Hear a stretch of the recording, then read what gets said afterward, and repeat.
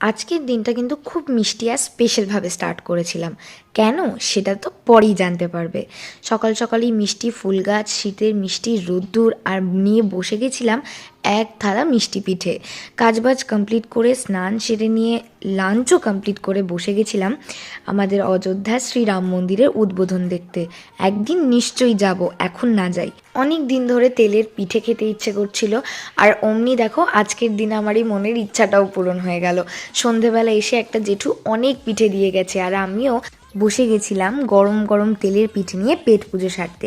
সন্ধেটা মিষ্টিভাবে সারার পরে ঠাকুর ঘরে এসে অনেক প্রদীপ জ্বালিয়েছিলাম, লাইটিংও লাগিয়েছিলাম। কেনটা পরের ব্লগে জানতে পারবে। বাড়িটাকে আজকের দিনে খুব সুন্দর করে সাজানোর চেষ্টা করেছি, যতটা পেরেছি আমার সাধ্য মতো। তারপরে আমরা বাড়ির সবাই মিলে অনেক মজা করেছি, অনেক বাজি ফাটিয়েছি, ফানুস উড়িয়েছি। তো সে সমস্ত দেখতে চাইলে নেক্সট ব্লগে চোখ রেখো।